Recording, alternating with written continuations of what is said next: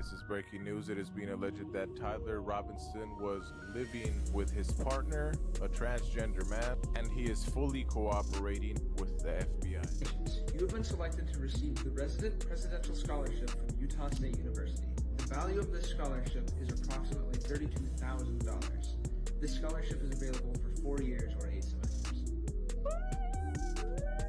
What I'm about to tell you will leave you questioning everything you thought you knew about the shocking assassination of Charlie Kirk, because the man accused of carrying out this political murder, Tyler Robinson, has just exposed himself in ways he never imagined, and the trail of evidence surrounding him is darker, stranger, and more contradictory than anyone could have predicted. This is not just another case of violence. This is the unraveling of a privileged young man's life, someone with every opportunity, every gift, and every path to success right in front of him, who instead chose to throw it all away in the most violent and senseless way possible. The most disturbing part is that Robinson thinks he's clever, thinks his silence in front of the FBI makes him strong, but behind closed doors he bragged to his own family about killing one of the most influential conservative voices in America, and in doing so he destroyed the very defense he was trying to protect. Stick with me, because by the end of this story you will see just how quickly arrogance, ego, and radicalization can turn brilliance into tragedy. And before we dive in, make sure you like this video and subscribe to the channel, because the details I'm about to reveal will change the way you look at political violence forever. Went to school with this Tyler Robinson kid. I'll show y'all. That's him right there, Tyler Robinson. I'm not trying to clout chase, make this about me, but I'm not gonna say I knew this kid really well. I didn't know him very well at all, but I definitely saw him for 3 straight years in high school. And the best way I could describe him is just like a Reddit kid. I don't know, I feel like if you were in high school around that same time, and even probably now, 2018, and then those kinds of kids, but that's exactly what he was. All I'm gonna say is this is the kind of shit that happens when you spend way too much time online, and all of a sudden your beliefs are all the way this way or all the way this way, and you do some dramatic shit to please these people that are not your friends. This internet shit is seriously no joke. Here's where it gets really crazy. The evidence that's going to convict Robinson. Very quiet family. I know there was several cars that frequented there, that lived there. I'm under the impression maybe there's a couple younger children. He may have a couple younger brothers that live there, that his parents were active in the LDS community. I am very much in shock that this was so close to home. I would think that his family would be very hurt. I have a lot of sympathy for his family right now, his parents and his loved ones. Tyler Robinson sits in a Utah jail cell, refusing to say a single word to federal investigators about why he gunned down Charlie Kirk in broad daylight. But here's the twist. He doesn't need to say anything, because he has already admitted it, just not in the place he thought mattered. In front of the FBI, he played tough, staring at them in silence, believing he was outsmarting the system, but at home, around his own family, he couldn't resist showing off, bragging about the killing, and essentially confessing to one of the most shocking political assassinations in modern American history. Federal investigators didn't even have to break him down, because his arrogance did all the work for them, and his family's decision to tell authorities what they heard sealed his fate. It's the ultimate contradiction. Voice is not silent. We're going to pick up that blood-stained microphone where Charlie left it. And to those who would intimidate, who would seek to stop us, who would seek to end free discussion, who believe that they have ownership over public spaces and can violently threaten and kill people who speak freely, we are not going to stop. And I have 2 words. What I know about Tyler is he was always very quiet. He was very smart. He had just a real mellow personality, never caused any problems. He, like I said, he was smart and he kept to himself, and I don't know who his friends were. The same man who thought silence would save him gave away everything by opening his mouth to the people closest to him, proving that ego can destroy even the most carefully calculated facade.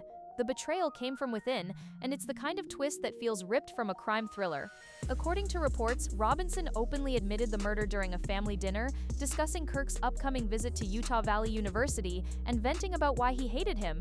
That moment was enough to convince his relatives something was very wrong, and when his father finally confronted him, the truth spilled out. Robinson admitted killing Kirk, and when pressed to turn himself in, he made a chilling statement.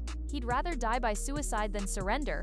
Imagine being his father in that moment, realizing your son wasn't just ranting online, but had crossed the line into real-world violence. The family was forced to call a youth pastor for help, and ultimately, the U.S. Marshals arranged his surrender.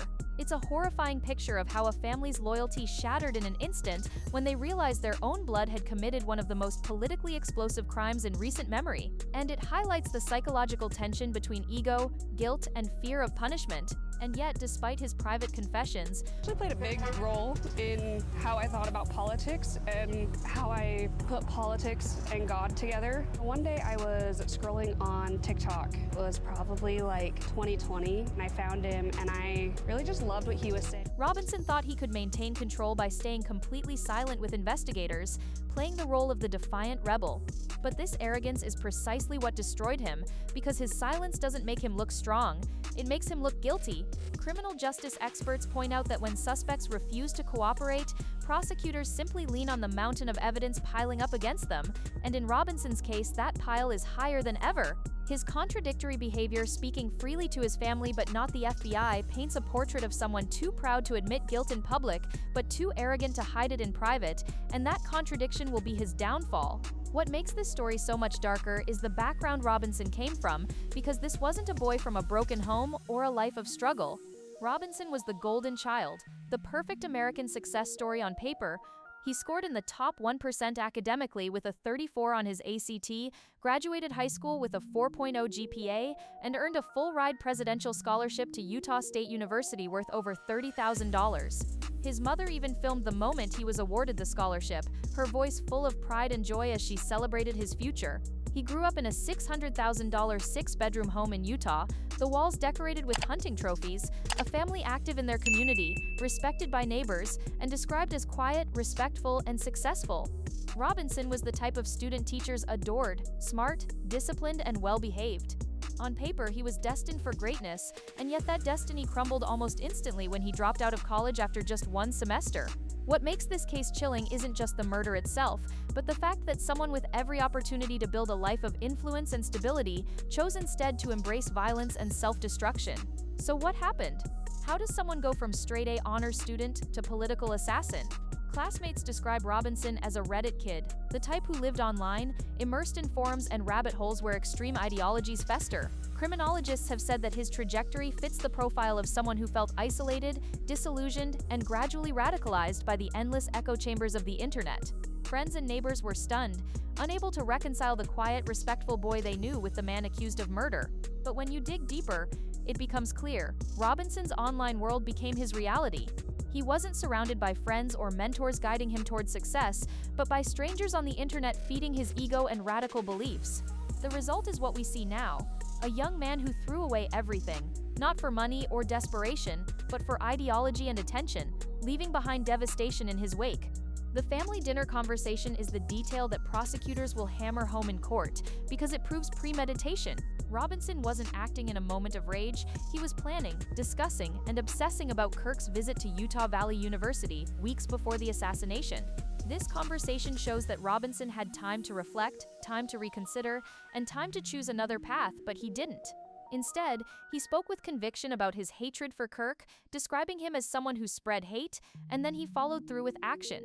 That detail will be the prosecution's golden weapon, because premeditation is what makes the case for the death penalty ironclad, and in this case, the evidence of planning is undeniable. And the evidence doesn't stop there, it's overwhelming.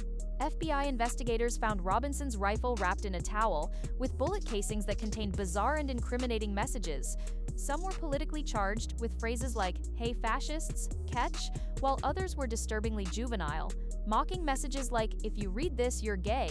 This strange mix of ideology and immaturity reveals Robinson's fractured mindset, someone who wanted to be seen as a serious political actor, but who couldn't resist immature, edgy humor that stripped away any illusion of sophistication.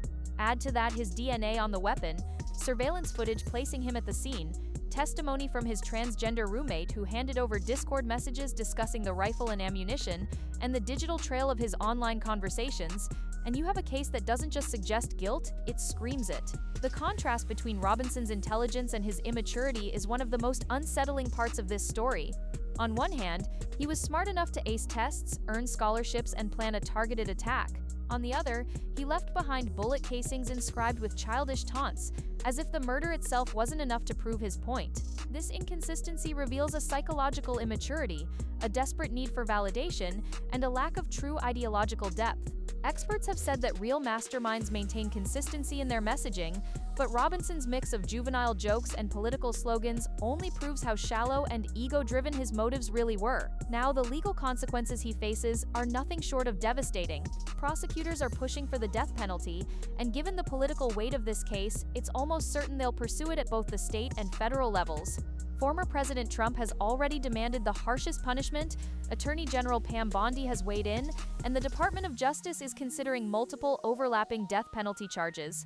Robinson's silence, his arrogance, and his contradictions will only make the prosecution's job easier because they don't need his cooperation. The evidence is overwhelming. Instead of looking like a rebel, he looks like a coward hiding from the truth, and that image will haunt him in every courtroom appearance until his fate is sealed. But while Robinson's story is one of arrogance and self-destruction, Charlie Kirk's legacy is becoming something else entirely. His widow, Erica, made a fiery public statement, vowing that her husband's mission would not die but grow stronger than ever. Her words carried a haunting determination, promising that the assassination didn't silence Kirk's movement, it supercharged it. Conservative leaders like Ben Shapiro echoed her vow, declaring that they would pick up the blood-stained microphone Kirk left behind and continue his fight for free speech and conservative activism. Across college campuses, young students have been breaking down in tears, posting tributes and sharing how Kirk shaped their views, merging politics and faith in ways that changed their lives. Far from silencing his message, Robinson's actions have turned Kirk into a martyr whose influence may now extend far beyond what he achieved in life. And that's what makes this case so tragic and chilling.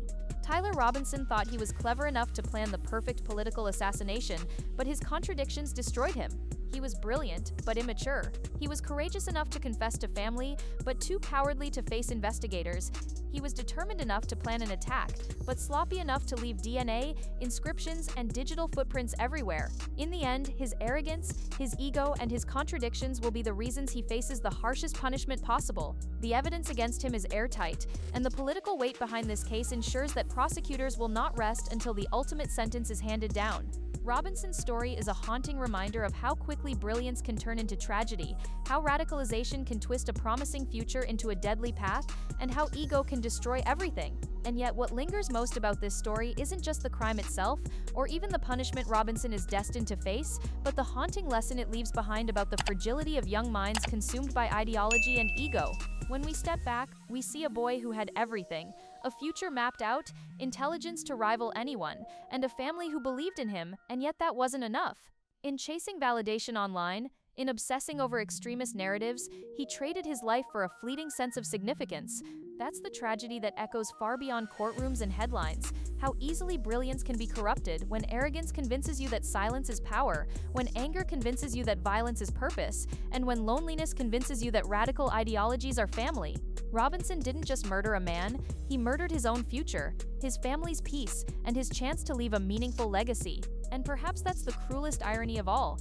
He wanted to be remembered, but history will not recall him as a hero or a revolutionary, only as a cautionary tale, a name whispered as a warning of what happens when arrogance, violence, and wasted potential collide.